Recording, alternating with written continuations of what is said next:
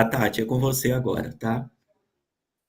Bom, pessoal, primeiramente eu queria explicar um pouquinho do sentido da minha tese, né? Ela é uma produção transdisciplinar e isso é muito reflexo da minha personalidade e também do meu perfil profissional, porque ao longo da minha jornada acadêmica eu passei por todas essas áreas que estão aparecendo no trabalho, né? Na minha formação está a publicidade e propaganda, o turismo, as letras, as artes. Então, ele é fruto de várias áreas que eu vivenciei durante a minha jornada acadêmica. E eu sempre quis fazer as articulações dessas áreas nas minhas produções, nas minhas pesquisas acadêmicas. Então, eu sempre busquei fazer interligações entre literatura e cinema, literatura e telenovela, turismo e marketing. Então, essa tese ela é fruto disso, por isso que a gente perpassa tantas áreas, por isso que eu busquei, inclusive, ser o mais didática, usar exemplos, notas de rodapé, para explicar detalhes, considerando que o leitor ele pode não ser necessariamente da área da literatura, como é o caso desse doutorado. O que eu vejo também de forma positiva, porque como é uma tese transdisciplinar, a gente consegue levar essa tese até outros departamentos de outros cursos. Então, aluno de comunicação, de turismo, de artes, além do aluno da literatura, ele pode acessar essa tese, ler e aprender mais ainda sobre outras áreas e entender que é possível, dentro das artes, das humanidades, a gente fazer essas ligações, né? Eu acho que isso serve muito para potencializar ainda mais todas essas áreas, né? E outra coisa que eu acho importante a gente falar também, que é algo que eu trago para mim, que eu defendo nessa tese, além do meu trabalho, é a gente falar mais dentro da academia e reposicionar o nosso olhar sobre a cultura muito popular brasileira, sobre a cultura de massa e sobre o mercado. Porque ao longo da minha jornada acadêmica, eu vivenciei, eu vi acontecer muitas vezes um preconceito que de fato existe com determinados objetos de estudo que pertencem à cultura popular, à cultura de massa, né? Como determinados estilos musicais, como o funk, ou determinadas produções, como a própria Turma da Mônica, né? Porque existe na academia uma visão de que só o que vale o estudo é aquilo que é um cânone, que é para privilegiados, porque é algo mais rebuscado e tem mais elementos. E eu já tenho outro olhar. Eu acho que o que chega até as massas deve, né, ter o mesmo valor de prestígio, porque é justamente esses elementos da cultura de massa que chega até o povo. E são esses elementos que transformam a vida das pessoas, que movimentam, de alguma maneira, a vida das pessoas. Então, por que eles são negligenciados pela academia? Por que eles têm que ter menos valor se são eles que mudam a vida das pessoas, né? Se a gente parar para pensar, por exemplo, nos 50 tons de cinza, ele é uma leitura considerada de qualidade? Não. Só que ele cumpriu um papel social, naquele momento que ele foi lançado, de transformar a vida sexual de inúmeras mulheres que leram o livro, que mudaram a visão sobre aquilo. Trouxe até o exemplo do Morango do Amor, que a gente está debatendo, que viralizou há pouco tempo, né? Que é um produto agora de massa, está todo mundo falando do Morango do Amor. Se a gente parar para analisar, é um doce de qualidade? É o doce mais gostoso do mundo? Não. Ele é o doce mais saudável do mundo? Muito menos. Pode gerar várias problematizações? Sim. Ele pode gerar trabalhos acadêmicos na área da odontologia, na área da nutrição, mas é inegável que ele transformou a sociedade, ele transformou a economia. Você vai no mercado, o preço do morango subiu, a economia da área da confeitaria foi transformada, pessoas que estavam com seus negócios falindo, a partir do momento que lançou o Morango do Amor, que está sendo vendido hoje em média R$20, eu comprei por R$20 para experimentar. Olha, se você vender muito, olha, surreal o fenômeno que virou para esse mercado, Morango do Amor, né? E aí a gente não está discutindo qualidade, a gente está discutindo o impacto social, econômico, né, de mercado que isso está gerando. Então, eu trago aqui essa reflexão também para a academia, que meu trabalho contribua também dessa maneira, como uma forma de olhar e reposicionar os produtos que são considerados de cultura de massa e de menos qualidade, né? Porque não é sobre isso, é sobre o impacto que ele vai gerar e as transformações que esses produtos são capazes de causar. E aí, dentro desse universo, a gente tem a própria Turma da Mônica, que já foi considerado de inúmeras formas um produto, um subproduto, né, com olhar subestimado, e que, a meu ver, é um produto que tem um valor muito grande, se a gente for analisar enquanto objeto de estudo, é muito rico. Primeiro porque ele tem um valor cultural muito grande por ser um produto icônico, que está aí há muitas e muitas gerações já, né, essencialmente brasileiro, e que, ao mesmo tempo, que para quem quer estudar transmedialidade e transtextualidade, ele é extremamente rico, porque ele fornece para a gente muitas camadas e muitas interligações, né? Para quem quer estudar transmedialidade, transculturalidade, trouxe aqui um exemplo do próprio Parque Vila da Mônica, que é o Cadê o Sansão, que foi inspirado no Onde Está o Wally, que é um exemplo aí de transculturalidade, né? Já que ele pega elementos de um personagem que nem é brasileiro, mas que aqui ele traz uma versão do Onde Está o Wally na feira para a gente tentar achar o coelho e o Sansão. Isso é uma experiência do parque, que as pessoas lá, com a tela touch, vão interagir com a plataforma para tentar achar o Onde Está o Wally. Então, já é um exemplo de narrativa transtextual. Ao mesmo tempo, a gente tem aqui a revista do Parque da Mônica, que não é um hipertexto, mas, na verdade, aliás, não é um hipotexto, é um hipertexto do parque. Então, olha só quantas camadas a gente tem. O hipotexto HQ se tornou hipertexto no parque e voltou para o HQ na forma de hipertexto, porque ele é uma versão, um desdobramento do Parque da Mônica, né? E que, por sua vez, traz a brincadeira do Onde Está o Wally aqui, aplicada para a narrativa da Turma da Mônica. Então, só por esses exemplos aqui, a gente já consegue ver as possibilidades que a gente tem dentro da área das narrativas para poder explorar, né? Quantas camadas a gente tem de complexidade para poder explorar dentro do universo da Turma da Mônica. E esse foi um dos motivos que me fez escolher a Turma da Mônica como objeto de estudo.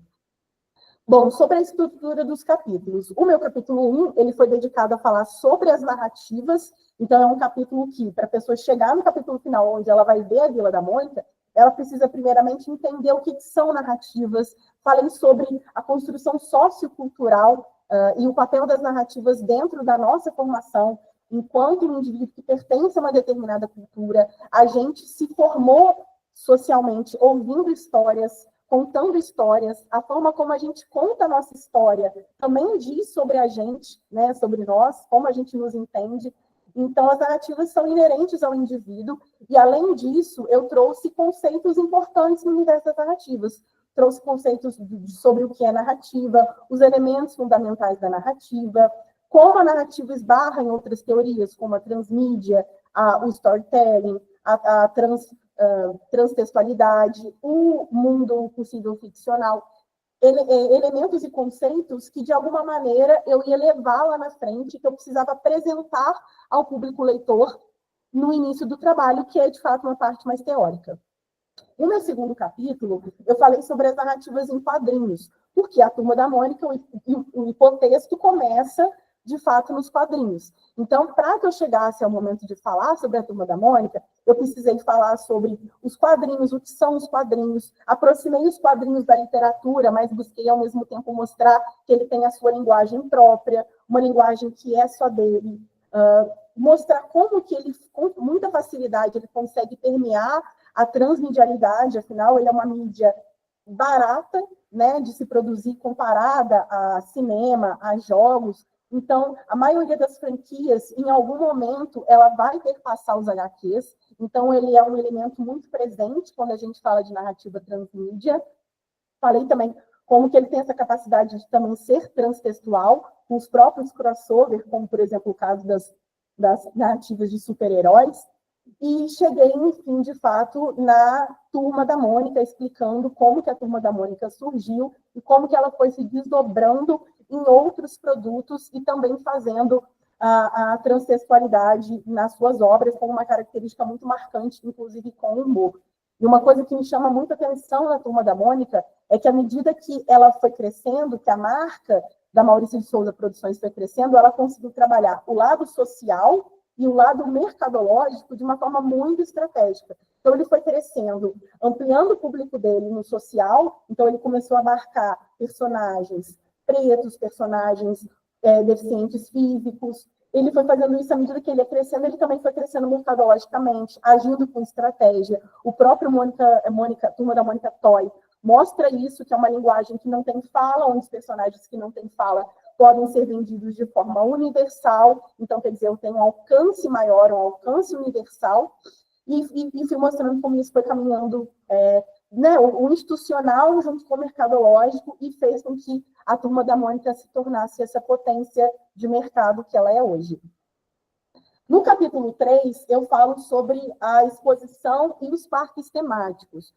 É nesse momento, a partir desse momento, que eu mostro como que uma narrativa pode ser percebida e vivenciada de forma tangível, ou seja, de forma tridimensional. Eu trago, aí é o momento onde o visitante se torna de fato, o receptor, né, se torna de fato um personagem dentro da narrativa, porque a gente viu, e ao longo do trabalho eu tentei deixar isso claro também, que hoje em dia, para você atrair a atenção do leitor, do receptor, manter o interesse dele por essa história e aumentar a conexão desse receptor com a história, você precisa imergir ele na narrativa de formas mais intensas. A própria transmedialidade serve justamente para manter esse interesse do público naquela história. Só que hoje, só isso pode não ser suficiente.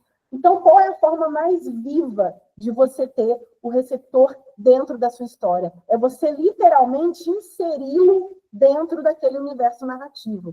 E aí eu começo falando sobre isso pelo universo das exposições. Por quê? Porque o que a exposição faz é justamente o que leva a gente a entender como funciona um parque temático. Porque a exposição, ela é um texto narrativo tridimensional, ela coloca o receptor no lugar de agente ativo, ela tem uma preocupação em criar um ambiente holístico que conte uma história, onde aqueles objetos que estão na exposição, eles vão estar posicionados de modo que favoreça o trajeto do visitante, para que esse trajeto faça algum sentido, conte uma história e envolva o receptor dentro desse universo.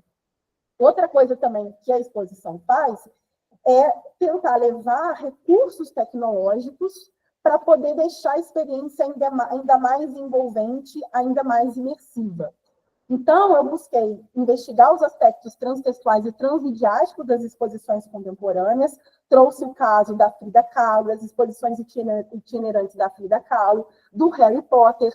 O Harry Potter, se a gente parar para pensar, a exposição do Harry Potter é como se fosse uma espécie de recorte do parque temático do Harry Potter, porque eu tento, de alguma maneira, menor e mais itinerante, né, levar e aproximar ainda mais o público da narrativa do Harry Potter. Mas eu já começo a envolver ele naquela experiência. Ele vai ter acesso a recursos como realidade virtual. Às vezes, ele não precisa ir nem tão longe. Quando eu coloco um QR Code ali naquele espaço expositivo, eu já estou fazendo com que aquele indivíduo estenda a experiência dele para um outro lugar, mantendo o contato dele com aquele produto, aquela obra ali, por mais tempo, e envolvendo ele ainda mais naquela narrativa, fazendo com que ele tenha mais interesse de conhecer, né, saiba mais sobre aquele universo. Então, eu busquei aproximar o universo da exposição com o dos parques temáticos, inclusive mostrando que o parque temático é um tipo de exposição, que no caso são as instalações, que geram justamente essa experiência próxima e mais interativa. Examinei a evolução histórica dos parques temáticos, né? Falei um pouco sobre a questão do parque de diversão, como é que ele foi evoluindo, né? Desde as feiras medievais, passando pelas exposições universais até chegar no parque temático. E usei, claro, a Disney, eu estou até representando a Disney aqui com a minha orelhinha do Mickey, né? Não tenho da Mônica, mas trouxe a do Mickey para poder representar aqui simbolicamente o parque temático, porque não tem como você falar de parque temático e não falar da Disney, né? E compreendi também que o visitante ele é um agente ativo envolvido na construção da narrativa, porque é nesse ambiente expositivo, seja ele com função educativa, de entretenimento, de informação, é que ele vai conseguir colocar para fora as emoções dele, se envolver literalmente dentro daquela narrativa e também interagir, quebrando a quarta parede, se envolvendo de fato com a narrativa, né? Ele está de corpo presente ali. Se a gente parar para pensar, o cinema, a literatura, né, são tipos de suportes que têm a sua limitação. Então, quando eu coloco o indivíduo dentro do ambiente tridimensional, ele consegue acessar aquela experiência com o corpo dele, com os sentidos dele. Então, consequentemente, ele tende a se envolver mais com aquela história, porque além de estar vivenciando a trama com o olhar de espectador, ele também se torna um produtor, um personagem, né? O que Toffler chama de prosumer. Ele é produtor e consumidor simultaneamente. No capítulo 4, é de fato o capítulo onde eu vou reunir a teoria com a prática.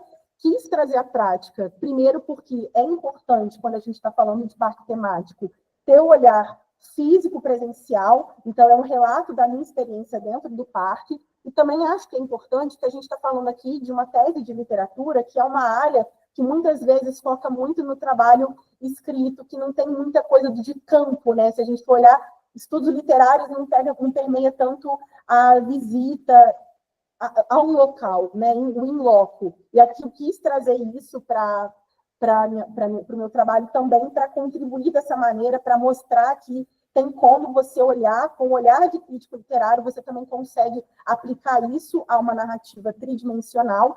E aí eu fiz 3 visitas ao parque. A primeira delas foi assim que o parque abriu, em outubro de 22. Nesse momento eu já sabia que meu trabalho seria sobre a Vila da Mônica. Eu decidi antes do parque ser inaugurado. Então, eu já fiz a primeira visita, que foi uma visita mais exploratória, para entender o parque, a dinâmica do parque, e naquele momento também nem todas as atrações estavam funcionando ainda, como foi o caso da Casa do Louco. Depois eu voltei lá no parque no começo de 2024, já com um olhar mais crítico e também já tendo mais noção do que eu iria pesquisar, e fiz mais ainda registro fotográfico, e na última visita, que foi em abril desse ano, aí eu já fiz a parte mais aprofundada, fotografei os últimos registros, porque eu já sabia os eixos que eu ia analisar, então eu foquei mais neles, e também foquei em como os colaboradores, personagens, enfim, como tudo funcionava no parque, como era o comportamento daquilo ali dentro daquele espaço. E tudo foi feito por meio, então, de registro fotográfico, e a observação, o tipo de pesquisa foi observação participante, porque eu vivenciei, eu interagi com os personagens, eu fiz biscoito na casa da Magali, enfim, eu realmente vivenciei a experiência do parque, por isso que é um tipo de observação participante, né? Eu não só observei, mas eu também participei das atividades do parque. E, bom, para poder decidir, como era muita coisa para a gente investigar, e, né, muitas possibilidades dentro do parque da Vila da Mônica, eu decidi optar pela análise de 3 eixos que eu considerei importantes. Fazer o capítulo 3 foi muito importante para mim, o capítulo sobre exposições, porque foi o capítulo que me fez definir quais seriam esses 3 eixos que eu ia analisar, que foram os eixos de organização espacial do parque, ou seja, design, arquitetura, cenografia, a sinalização, né, as orientações que a pessoa ia ter para poder, de fato, se sentir imerso naquele universo, a sequencialidade experiencial, que nada mais é do que a jornada do visitante, os caminhos que ele vai percorrer dentro do parque, para poder ter acesso a essas experiências e viver todas essas emoções sensoriais que o parque vai dispersar nele, né? Então, como esses caminhos literalmente vão ser cruzados, e a coerência temática, que é algo que todo parque temático precisa ter, porque todos os ambientes, né, trilha sonora, personagem, próprio discurso narrativo, num parque temático, ele tem que ter uma unidade, ele tem que ter uma integração, né? Tudo precisa conversar para que aquele tema faça sentido. E aí, algumas observações, claro que foram muitas coisas que eu concluí, estão no trabalho, mas resumindo aqui alguns detalhes que eu pude observar, é que cada detalhe do espaço, cenografia, iluminação, figurino, arquitetura, tudo isso atua como uma ferramenta narrativa, ou seja, vai ajudar a contar essa história que eu quero contar dentro do parque temático. A hospitalidade também é uma ferramenta, porque ela vai integrar o visitante a um enredo, ou seja, a hospitalidade é o acolhimento que vai fazer com que aquele visitante se sinta dentro daquele universo, que ele se permita entrar dentro do mundo possível ficcional da Turma da Mônica, fazer aquela quebra, né, aquele pacto que ele faz com o mundo real. Eu saio do mundo real, eu quebro aquelas normas que eu tenho no mundo real e eu aceito entrar no mundo da ilusão e vivenciar ele profundamente. Então, a hospitalidade, ela contribui com isso, e é uma experiência que eu concluo que é planejada para provocar identificação, encantamento e pertencimento. Então, tudo é estrategicamente pensado, né, enquanto um storytelling, para que a pessoa, de fato, sinta identificação, seja por meio da nostalgia, né, seja por meio de olhar e pensar assim, poxa, eu vivi na infância num bairro parecido com esse, porque tudo se passa ali no bairro do Limoeiro. Então, serve para poder fazer com que a pessoa que já viveu aquela geração remeta ao passado, ou ao passado projetado, ou que ela lembre dos tempos que ela lia o gibi. Vai gerar uma sensação de pertencimento. Tati, Cada geração vai interpretar de uma forma diferente. Tati, Oi. 5 minutos. Pode Ok. ser. E aí, outra coisa, a narrativa se expande e se reconfigura em tempo real, com base na interação, que seria metalepse, ou seja, quando eu entro em contato, quando eu interajo com o personagem, por exemplo, eu estou quebrando a quarta parede, eu estou interagindo com o personagem, eu estou vivendo dentro do universo dele, ou seja, eu estou quebrando aquela divisão, aquela quarta parede que separa o receptor do emissor. E também na própria presença física dele, né, que está ali de corpo presente.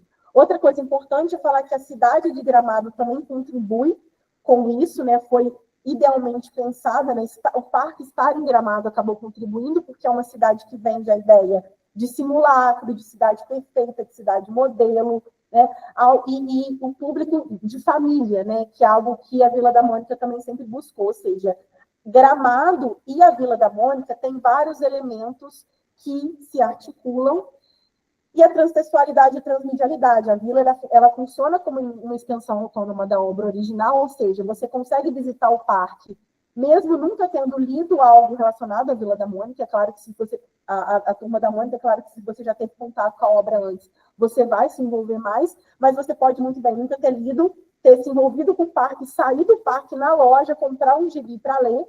Então, você pode fazer isso. E algumas atrações ali, elas não são tão dependentes dos personagens, que você tem as suas próprias histórias, né? Que são aquelas subnarrativas que são contadas ali, como, por exemplo, o Hotel Pet, o Corpo de Bombeiros e tudo mais. E também a gente notou muitos elementos transtextuais dentro da Vila da Mônica, como, por exemplo, o próprio caso do Onde Está o Wally, que tem as suas referências, os Beatles, que também aparecem ali na Casa do Louco, a ferrovia, onde fica, né, o terminal da vila, remetendo à ferrovia de Harry Potter. Então, a essência da Vila da Mônica está presente no parque, porque já é da Turma da Mônica fazer isso. Ela, tanto no seu Twitter, né, quanto no seu gibi, a brincadeira, o jogo transtextual de referências de outras obras, ele está presente a todo momento, e eles levaram isso para a Vila da Mônica, o que constata que a essência da Turma da Mônica está ali presente. Agora, gente, eu pedi um pouco mais de tempo para o Humberto, porque eu queria muito falar desse plot twist, que foi uma coisa que aconteceu já depois que meu trabalho estava pronto. Eu vou ler um trechinho de uma mensagem que eu troquei com a Vila da Mônica e depois vou explicar o que aconteceu. Aqui, a partir da seta, informamos que, a partir de 1º de julho de 2025, as atrações Casa da Magali, Cidade dos Carrinhos, Laboratório do Franjinha e Terminal da Vila serão cobradas à parte. Isso me deixou muito chocada, muito indignada, porque eu acho que isso quebra completamente a experiência no Parque Vila da Mônica. Por quê? Porque quando você pensa no parque temático, é natural que algumas atrações sejam cobradas à parte e está tudo certo. Algumas atrações que sejam complementares, que sejam específicas, porém você vai colocar atrações importantes, que são principais dentro do pacote de atração cobrada à parte. Eu fiquei sabendo disso porque um cliente meu, eu trabalho com roteiro personalizado, e um cliente meu queria nesse parque, falou, Tati, eu desisti de ir no parque, porque eu já conheço o parque e eu estou vendo que as atrações principais, as mais interessantes, vão ser cobradas à parte agora. E aí ele desistiu de ir no parque, foi assim que eu fiquei sabendo. E aí o que eu noto, assim, quais são as implicações disso para o trabalho? Primeiro, negligência ao storytelling, que se você monta o storytelling ele é uma narrativa que tem um objetivo estratégico de venda, e aí quando você quebra isso, você está negligenciando o seu próprio storytelling, porque você está prejudicando a experiência total daquele indivíduo que está vivendo as experiências do parque. Você faz uma interrupção da sequencialidade experimental, afinal é como se, considerando que a vivência dele vai ser similar à leitura de um livro com introdução, desenvolvimento e conclusão, é como se aquele indivíduo que chegou no parque e falou, não, você não pode entrar na casa da Mônica porque ela é cobrada à parte, e ele decide não entrar na atração porque ela é cobrada à parte, é como se eu pegasse um livro e eu pulasse páginas, ou como se eu recebesse um livro faltando capítulos. Então, você prejudica completamente a narrativa quando você tira essas atrações principais. Você quebra um pacto com o receptor, você quebra aquele pacto de ludicidade, que às vezes a pessoa não está sabendo que a atração vai ser cobrada à parte, você chega lá e, de repente, você dá de cara e fala assim, não, eu não posso entrar na atração que ela é paga à parte. Aí eu tomo um susto e eu quebro completamente com aquela ilusão que foi criada dentro daquele universo. Eu tenho também a quebra da filosofia da hospitalidade, afinal, a hospitalidade, a essência da hospitalidade é o bem receber, é a dádiva, é eu dar sem esperar nada em troca. Como é que eu vou cobrar alguém de visitar minha própria casa? Eu vou cobrar para visitar a casa, eu vou pagar para visitar a casa da Magali, mas cadê a hospitalidade dessa casa que vai me cobrar para visitar? E eu tenho um descomprometimento com a inclusão social. Esse meu cliente que veio falar isso comigo, que me contou, ele tem um filho autista. E ele virou para mim e falou, Tati, meu filho tem hiperfoco, ele tem a mania da repetição. Se ele decide ir numa atração que é cobrada à parte e que ele só vai poder ir uma vez, porque muitas dessas atrações você só pode ir uma vez. Se ele tem hiperfoco, ele vai querer ir várias vezes. E eu vou ter dinheiro para pagar para ele várias vezes, porque cada atração custa de 30 a 60 reais. Essa atração paga a parte. E o ingresso da Vila da Mônica é entre 169 e 189 reais. Então, olha só, não fica barato. E aí a gente entende que o acesso completo ao universo narrativo depende do poder de consumo do visitante. E aí a gente começou falando de mercado e a gente termina falando de mercado. Tem até um trecho no meu trabalho que eu falo, deixa eu só voltar a ele, é um trecho que eu falo o seguinte, no capítulo 3. Essa disposição espacial reforça a combinação entre entretenimento e consumo, característica marcante dos parques temáticos contemporâneos, nos quais o ato de consumir está diretamente entrelaçado à experiência. Então, eu entendo que o capital ele está relacionado à experiência e está tudo bem. A questão é como eu vou cobrar?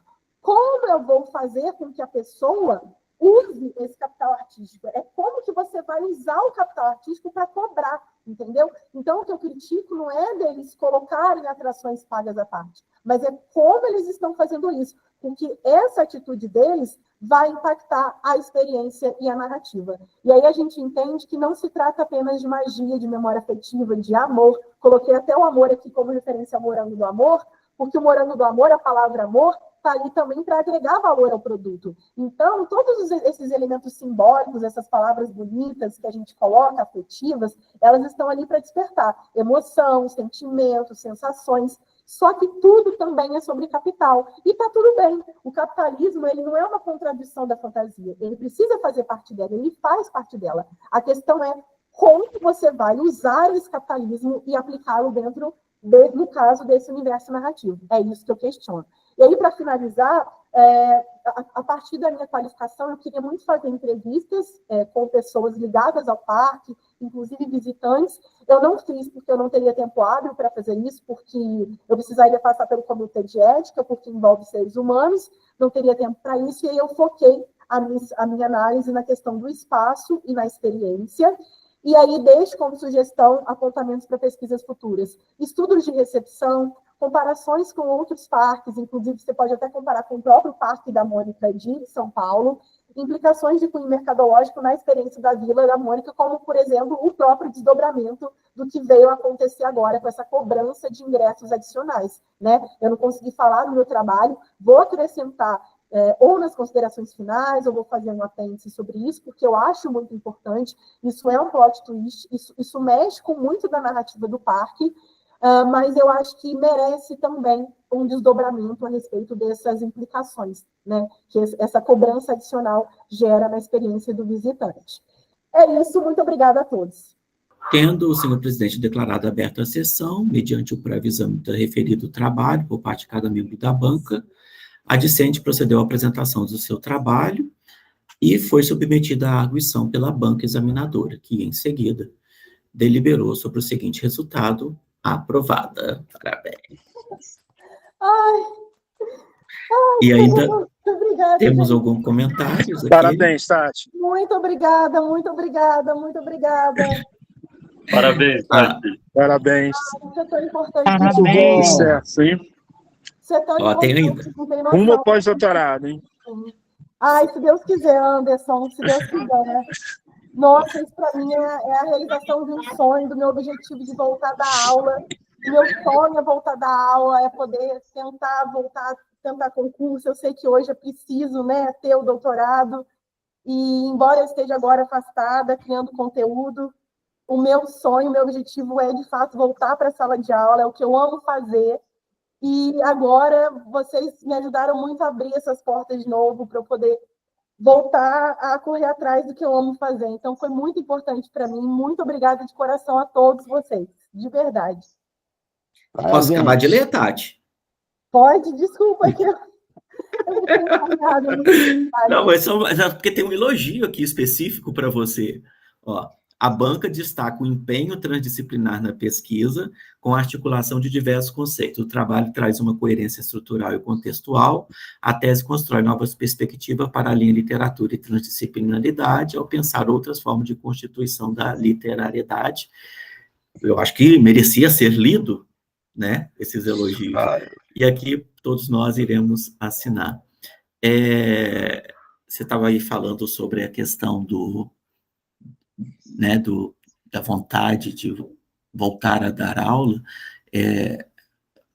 Todos nós ganhamos com você, como professora, como pesquisadora, né, que tem, assim, muitíssimo a contribuir na formação, com esses seus pensamentos tão diversos e tão ricos. Né? E outra coisa que eu acho que eu não falei, e criativa, gente, muito criativa. Então, assim, todos nós ganharíamos muito com, né, você como uma colega de trabalho, né, como professora, tá? Parabéns mais uma vez. Quer falar algo? Obrigada de coração mesmo a todos vocês, de coração. Todo mundo, de alguma forma, teve algum tipo de passagem na minha vida, né?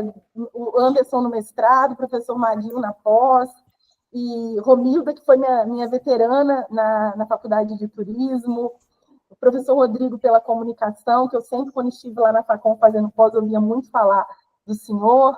Enfim, todo mundo, Humberto, que está comigo desde a minha banca de TCC, lá do turismo, que ele participou como membro da minha banca de turismo, foi meu professor no curso. Então, todos vocês, de alguma forma, com certeza, têm um lugar no meu coração. Eu não vou esquecer nunca de nenhum de vocês. Obrigada de coração, gente.